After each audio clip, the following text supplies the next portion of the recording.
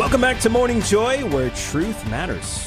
I'm your host, Keith Downey, and very excited to introduce our next guest, Kira Andrea. Both her and along with her husband, Jeff, forms the heart and soul of Mercy Divine.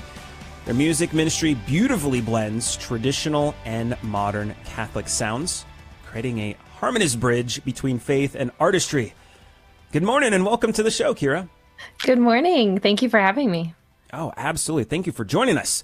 Now, for those out there that might not be familiar with you and your ministry, can you share just a bit about your journey back to the Catholic faith and how it has influenced your music?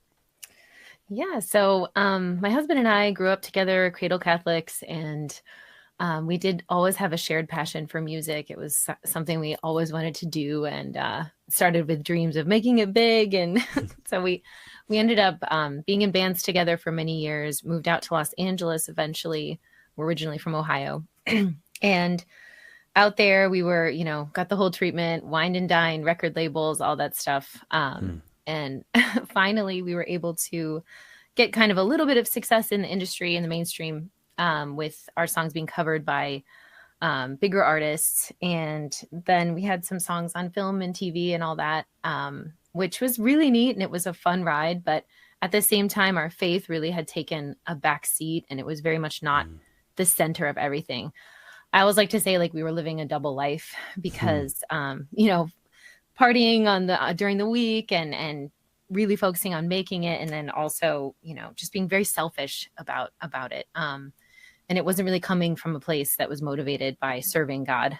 So we would still attend mass every Sunday, and we would check that box. And, but yeah, it wasn't central for us at that time. And then we had a reversion back to the faith when I had a health scare. I started getting these debilitating migraines.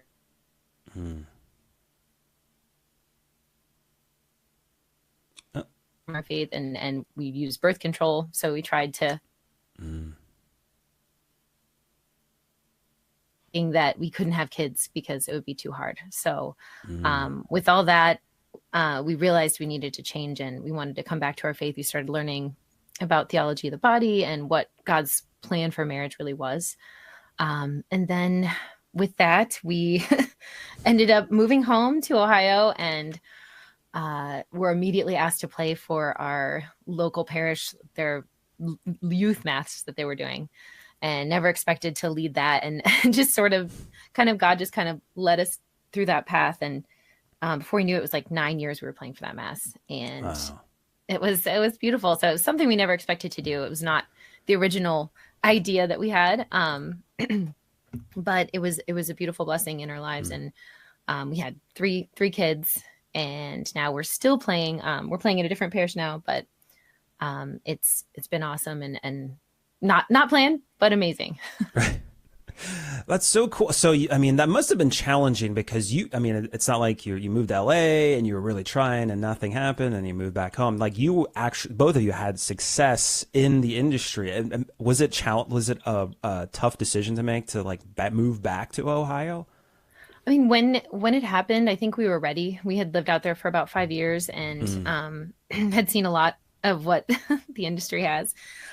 We had been on America's Got Talent, which was kind of a very humbling experience. It was also absolutely crazy. It was fun though. But yeah, we were ready. We were ready to come home. We wanted to continue to pursue music, but we wanted to be with our family, and we really wanted to focus on our faith too. Yeah, makes sense. You're listening to Morning Joy, where truth matters. I'm your host, Keith Downey, and we're talking to Kira Andrea of Mercy Divine, all about her and her husband's incredible music, Catholic music, I should say. So what was it that really just made it be like, okay, Jeff, let's go ahead and start this ministry? I think we were... For all these years of sort of hiding, God made his way into our music. And one of the first songs we wrote that happened was called Courages. And that song ended up being used as like a theme song for the show, The Secret Life of the American Teenager.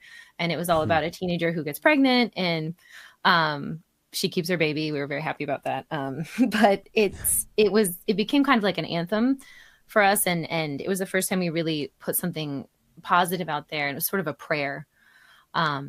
And we realized like our music can do something good. It's not just about us, we could actually help people.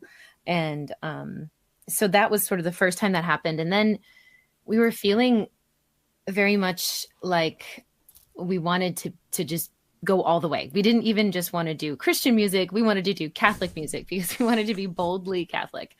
And so the first thing that came to mind, we were like, let's think of the two pillars. I don't know if you know St. John Bosco, and then that vision, that dream that he had where there's a ship and it's going through this rough seas, and then there's a pillar on each side, and on one is Mary and on one is the Eucharist. And so we thought, we're going to focus on the two pillars. So we started with Mary, and it was the most Catholic thing we could think of, Mary and the Eucharist. And we just wanted to write some songs. I felt really called to write the Memorare in music and the Hail Holy Queen. And so we started with those. And we never really planned on doing a ministry or anything like that. Just started posting and wanting to share just our faith, because I'd followed so many people that were so amazing and sharing their faith online. I followed you, Keith. Oh, thank you.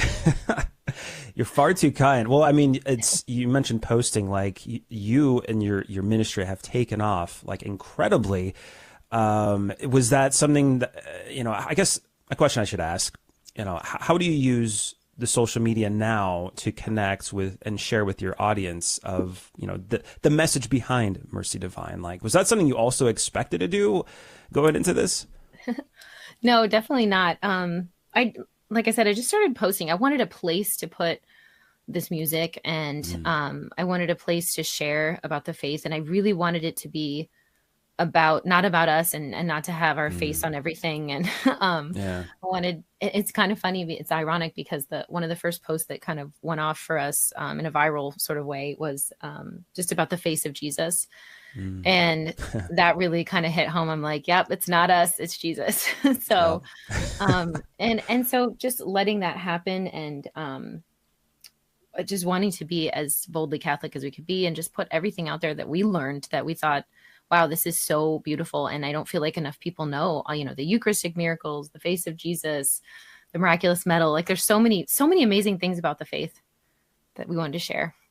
Yeah. I noticed on the website that you and Jeff have written over 150 psalms and hymns, which you play regularly at Mass. I have to ask, out of all of those, what's your favorite or go-to one? So recently, we started being very called, or feeling very called, to move toward tradition more. And we're starting to learn more Latin hymns, and just recently learned Anima Christi.